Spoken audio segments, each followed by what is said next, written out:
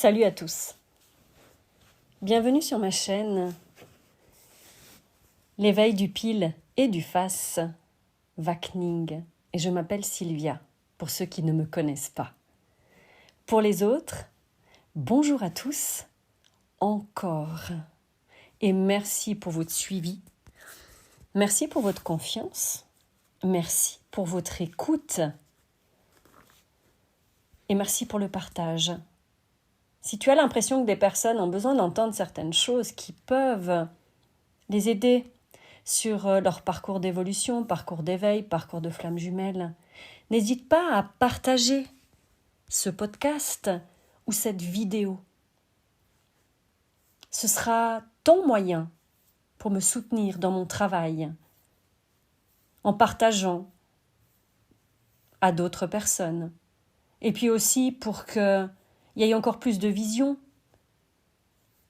Plus le partage est là, plus ça arrivera aux personnes qui ont besoin d'entendre certaines choses, certains mots.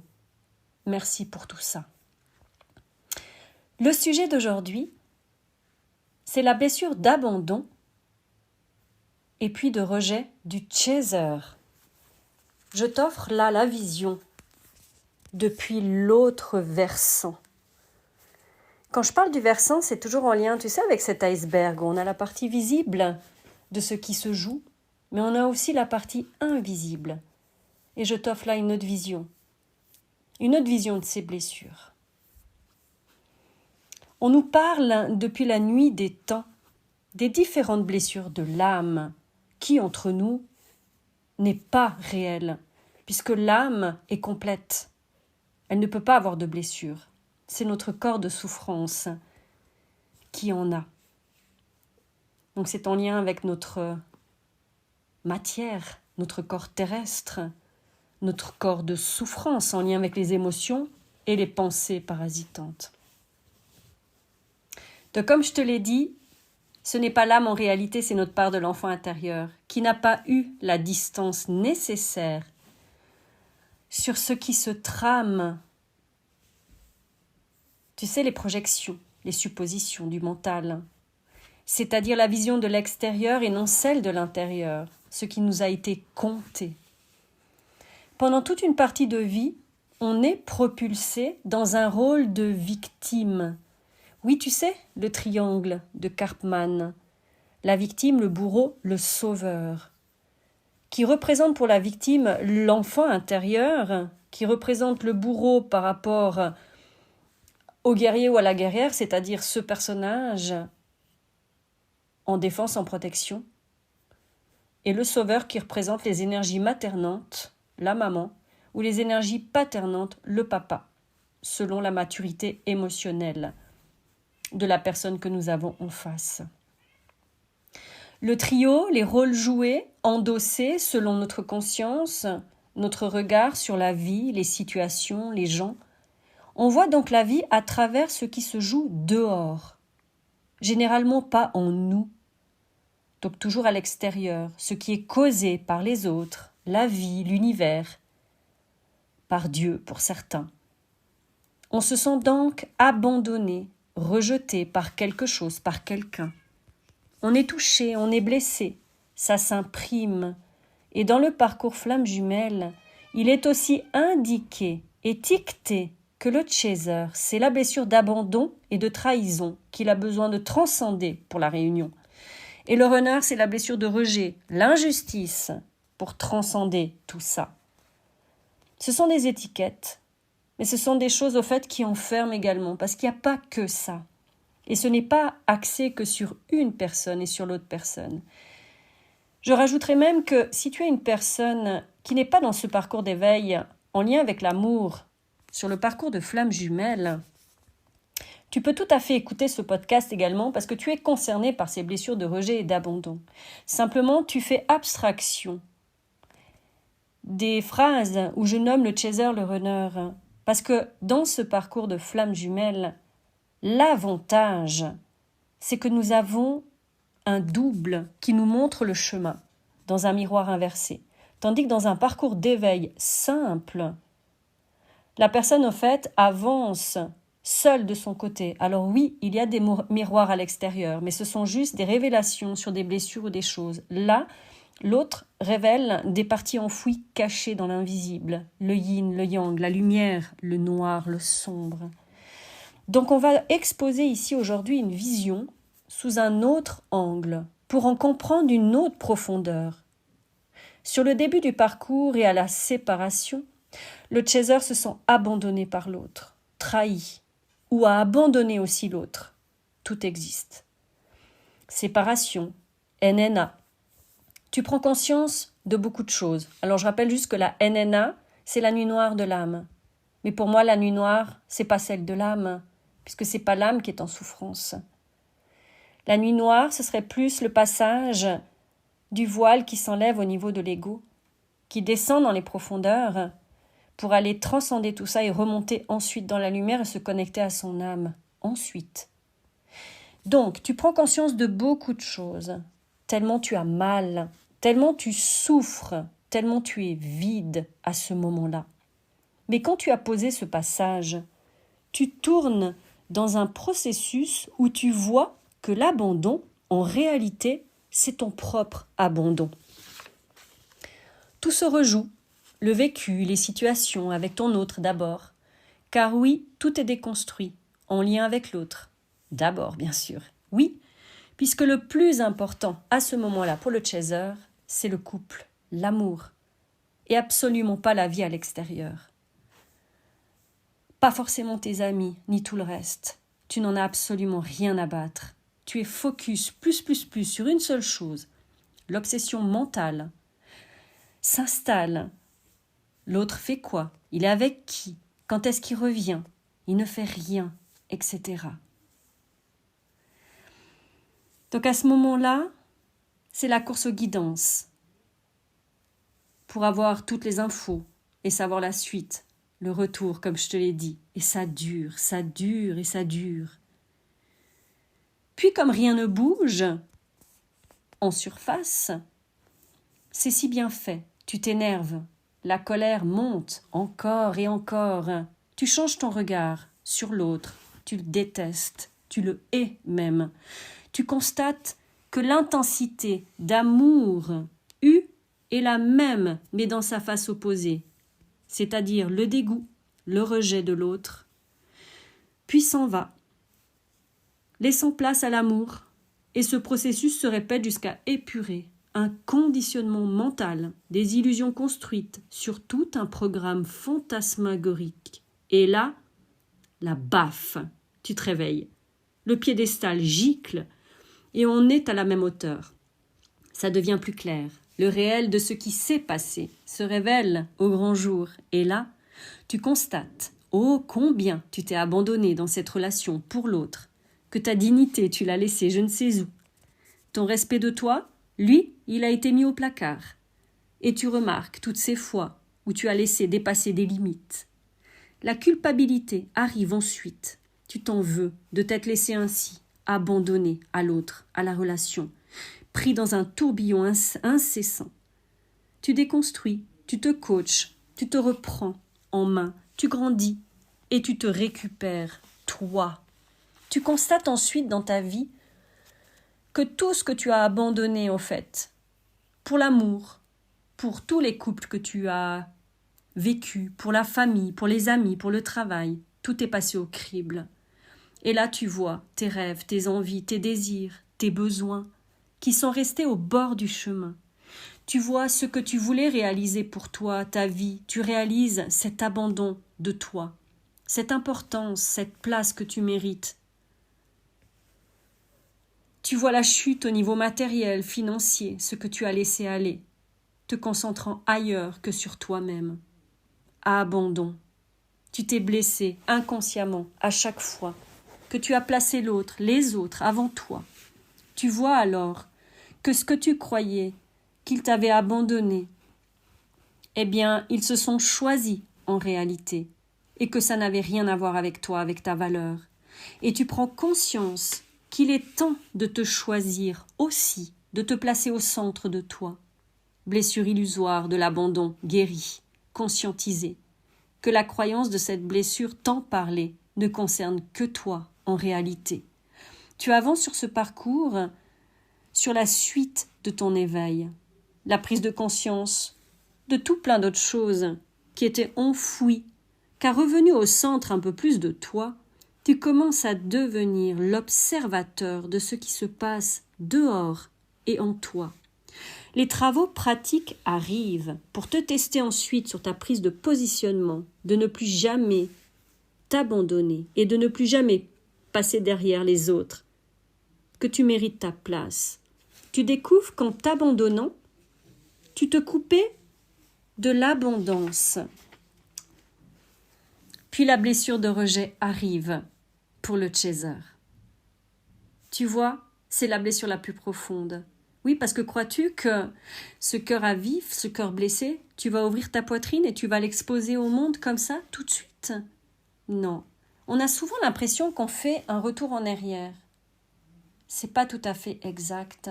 Au fait, c'est un système de couches. Donc on va libérer les couches superficielles d'abord, ce qui fait le moins mal, ce qu'on est d'accord de montrer à la surface. Mais la blessure profonde, c'est celle qui n'est pas cicatrisée. C'est celle qui est remplie de pus, tu sais. Et du coup, tu redescends gentiment dans cet espace le plus profond de toi. Ça prend du temps. C'est celui-là qui est inconscient et qui est vraiment caché et qui est caché et protégé par l'ego, protecteur et en défense pendant un long moment. Alors tu vois que cette part, la blessure la plus profonde, celle qui te maintient loin de toi, ton cœur, de l'amour, oui, tu sais ce principe de se fermer, de se durcir pour ne plus sentir, ne plus souffrir. On se met à distance, on se rejette dans notre centre qui n'est autre que notre cœur, relié à l'amour de soi, d'abord son propre amour. Tu plonges dans cet état de rejeter l'autre, ce lien, ce parcours. Tu te fermes et tu avances un temps ainsi pour te révéler au grand jour. Un principe, je t'aime, je te déteste. Et tu constates, comment peut-on passer de l'un à l'autre comme ça, si c'est l'amour véritable? Eh bien, on atteint cette couche d'illusion qui n'est autre que l'amour conditionné, sacrificiel, erroné, attaché, lien d'attachement, lié à des principes, à des et si, à des règles, à des croyances, à des mimétismes sociétaux et familiaux. Tu prends conscience du mensonge, des histoires qu'on s'est racontées, éloignées de son cœur profond, et qu'on a toujours aussi fonctionné superficiellement en amour aussi, avec la croyance qu'on pensait que c'était que l'autre, avec souvent le sentiment d'exclusion, de rejet, de la mise à distance, qui n'est autre que notre propre distance, que nous prenons pour nous couper de notre cœur, couper de l'amour. On pose la faute sur l'autre, sur les autres, sans se regarder, puisque c'est une des blessures les plus profondes, inconscientes. On protège ce cœur, on protège ce trésor. Ce cœur est la représentation de ce qu'on est sans les masques, les croyances, les peurs, les conditionnements, les bridages. Cette part de nous dite vulnérable, pure, le cœur grand, ouvert, innocent, spontané, vivant, véritable, curieux, joyeux, aimant, digne, méritant, qu'on a cloîtré, protégé, mis à l'écart, parce qu'on a cru que l'on n'était pas assez, ou on nous l'a fait croire aussi, qu'on a réduit, qu'on a rongé. L'amour, c'est l'amour de soi, l'estime de soi, le respect de soi, la confiance, l'envie, la foi, qu'on protège, mais qu'on rejette littéralement à chaque blessure, émotion dite négative, inconfort, instabilité, dénigrement, dévalorisation. La définition du cœur blessé, ce cœur inférieur, lié à nos émotions et nos pensées limitantes, parasitantes, celles qui nous maintiennent prisonniers de notre souffrance. Le fameux voile de l'illusion, la perte de notre place dans ce corps, dans ce monde, ou plutôt l'enfermement de qui on est réellement. Voilà pourquoi continuer à projeter à l'extérieur, à mettre la faute sur Pierre, Paul, Jacques, à alimenter ce qui s'est passé ou ce que l'on a ressenti pour être reconnu. Oui, reconnu en tant que victime. On nous a touchés, on nous a blessés. Mais en réalité, C'est nous-mêmes que nous blessons en priorité, et rien que nous. Il est temps de se laisser revenir vers soi, vers cette part magnifique que l'on protège, que l'on croit protéger, car en réalité, ça nous dessert complètement, puisqu'on est déconnecté de nous et de la réalité du problème. Le rejet est donc la résistance à ce qui est. Ça se traduit ici par un système de contrôle mis en place par notre mental ou par une maîtrise mentale sur les émotions, ce qui concerne en général plus le runner sur cette partie-là. Pour la première, le contrôle mis en place par notre mental, la tour de contrôle, ça c'est plus le chaser. C'est un système de contrôle mais qui est un petit peu différent. Donc, pour le runner, c'est la maîtrise mentale sur les émotions, les ressentis, les sentiments exprimés à l'extérieur, qui sont réprimés. Ce qui est réprimé, gardé. Donc, les ressentis, les sentiments exprimés à l'extérieur qui est réprimé, ce qui est. Le chaser résiste, repousse l'extérieur, donc c'est-à-dire combat, lutte, extérieur, défense, tandis que le runner, lui, réprime, imprime à l'intérieur un combat contre lui-même, lui somatise. Et nous, c'est un tsunami. Donc tu vois, finalement, c'est la même chose, sauf que ça ne s'exprime pas de la même manière. La résistance, c'est la non-existence. Ne pas laisser exister ce qui est aussi ne pas se laisser vivre complètement, être sur la retenue, à vouloir tout contrôler, analyser, comprendre. Ça se traduit par un contrôle rigide, et donc un mental rigide. Contrôle surtout la vie, les choses, les étapes, l'autre, le monde. Et d'ailleurs, la rigidité se trouve dans le corps, avec toute une série de douleurs, de tensions. On se sent tout serré, tout réduit, tout petit, tout collé. On ne prend pas sa place. On s'efface. N'avoir confiance qu'en soi-même, s'isolant encore plus. On a perdu la foi en la vie, on survit. La blessure est donc la blessure finale du chaser, celle qui se guérit quand on prend conscience que c'est nous qui avons toujours rejeté l'amour, et l'autre a joué ce rôle pour nous faire voir ce côté profond, enfoui, caché, protégé. D'où la souffrance extrême à la séparation, due au silence et à la distance, qui symbolise ce que l'on s'inflige à soi depuis toujours. Donc tu vois, toute cette souffrance et cette douleur de la mise à distance de son runner, de ce qu'on a ressenti pendant cette déconstruction, cette nuit noire de l'âme, et bien en réalité, c'est ces cris et cette souffrance silencieuse que l'on a à l'intérieur de nous depuis toujours. Sauf que dans cette relation, c'est extériorisé au fait par cette relation par l'autre. Et du coup, on le ressent parce que c'est symbolique d'avoir perdu l'amour, d'avoir perdu l'autre. Mais en réalité, la perte de l'amour ou la perte de soi-même, elle est là depuis toujours. Et notre corps crie depuis toujours, sauf qu'on ne l'entend pas. Donc le rôle du runner, en fait, c'est le miroir inversé. Du coup, il est terminé sur le fond pour le chaser, puisqu'il s'est retrouvé. Donc en fait, il n'en a plus besoin. Il n'a plus besoin en fait d'incarner ce rôle-là, car la profondeur a été révélée au grand jour. Tu es. Oui, tu sais cette présence « je suis ». Tu t'es retrouvé, tu te connais, le cœur connecté, le fameux cœur divin, le cœur spirituel supérieur, rassemblant enfin la déchirure intérieure entre les émotions, le mental, appelé aussi le féminin et le masculin, sa propre réunion intérieure, ton toi supérieur. Le passage est ainsi recréé pour t'élever à d'autres niveaux de conscience. C'est là que tu te connectes à ton mental supérieur, la clarté mentale et je dirais même l'Esprit Saint. La connexion directe à ton âme. Oui, j'ai appris il y a quelque temps que le toi supérieur, le soi supérieur n'est pas l'âme. Et ça faisait quelque temps que j'avais cette notion d'un corps physique et d'un corps galactique.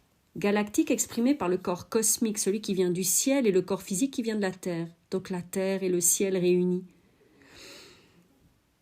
Le corps galactique, au fait, c'est là qu'il y aurait l'âme connectée Et ce corps galactique serait relié par un cordon ombilical énergétique à notre corps physique, dans notre nombril, notre ventre, notre essence, la source, où se loge notre soi supérieur.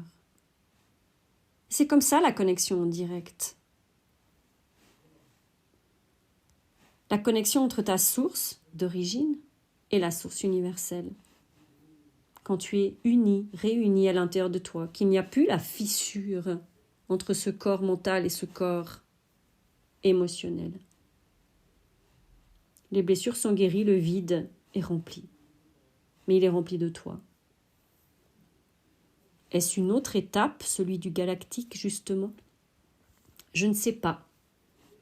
Pour ma part, je me laisse porter, guider par ma source intérieure, justement, reliée à la grande source universelle, pour découvrir pas à pas ce qui se présente à nouveau là. La suite au prochain épisode par rapport à ce galactique. Je ne sais pas du tout où ça m'amène, je ne sais pas du tout quoi, comment. J'en avais déjà entendu parler. Mais c'était juste entendre.